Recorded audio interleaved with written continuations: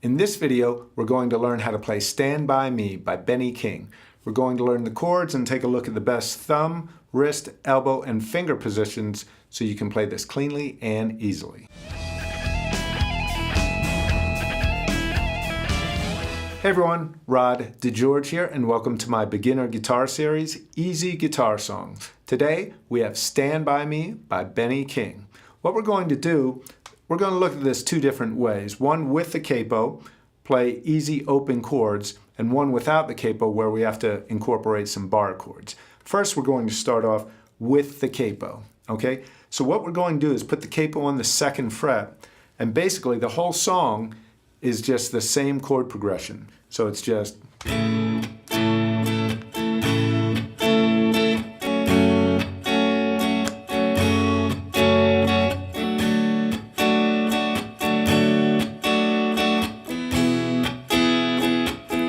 So what we have is G for 2 measures,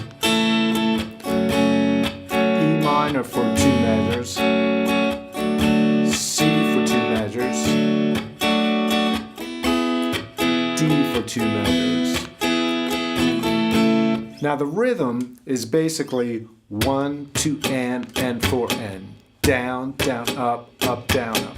However, on 2, we're not actually strumming the full chord. We're actually doing a click or a muted strum. So like 1, 2. And how we do that, or how I do it personally, some people just whack the strings with their hand. I tend to do a downstroke, but my palm hits the strings first. So my palm hits, then the pick goes across. To me, that gives a little more percussive sound that I like. So 1, 2, and then you come right in with that upstroke. Down, down, up, down, down, down, up, down. Okay? So that's going to be a new technique for a lot of you, but it's well worth it. It gives you a more rhythmic flavor to it. And especially for this song, it's a big part of the rhythmic aspect of it. Okay? So looking at the chord changes, they're not too difficult. G, E minor, C,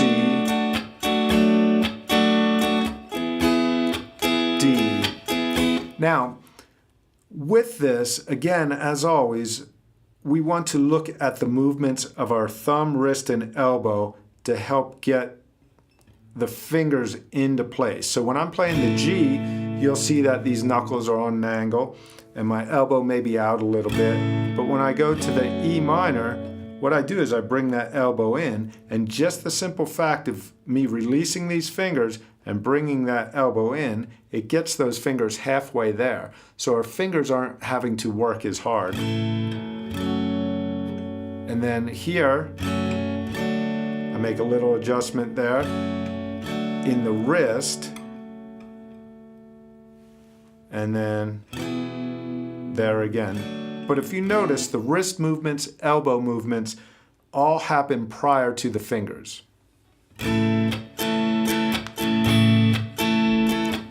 Now this is a little fast for the song, but I'm just going through so you can see these changes.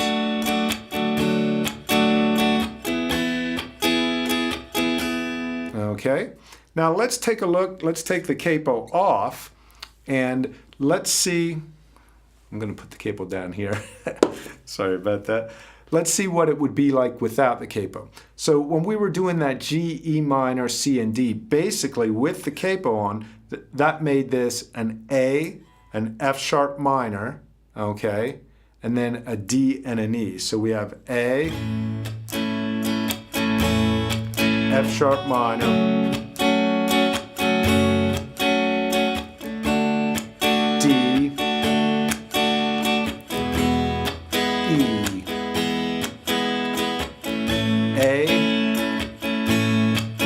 F sharp minor, D, E.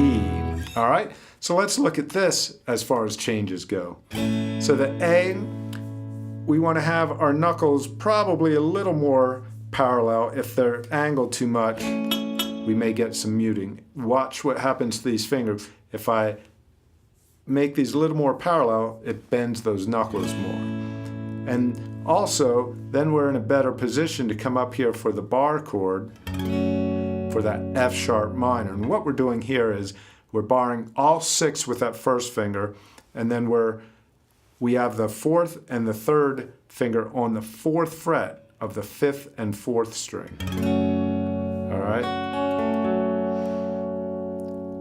So A, and then I do have to bring this thumb, wrist down and in. The thumb is coming in. I mean, the elbow is coming in. The thumb comes down on the back of the neck, and that allows me to reach this a lot better. Instead of trying to have that first finger pointing towards me, as so many people do, that's not going to work. I have to bring the elbow in, flatten that first finger, and really bend these fingers. So from this A, the thumb comes down, elbow comes in.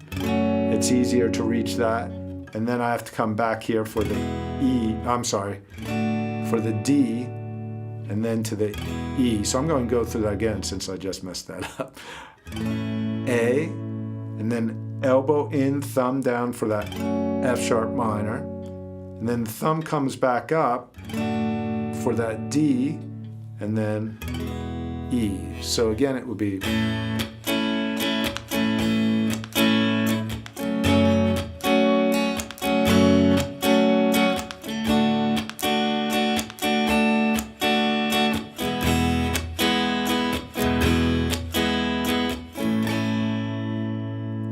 All right, so that was Stand By Me by Benny King.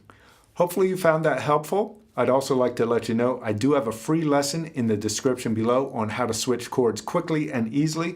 Just click the link and it's yours absolutely free. If you like this video, please hit the like button. If you want to see more videos, hit the subscribe button. Be sure to hit the notification bell next to the subscribe button, and YouTube will let you know when a new video is released. That being said, my name's Rod DeGeorge. Thank you so much for watching, and I hope to see you again soon. Be well. Peace.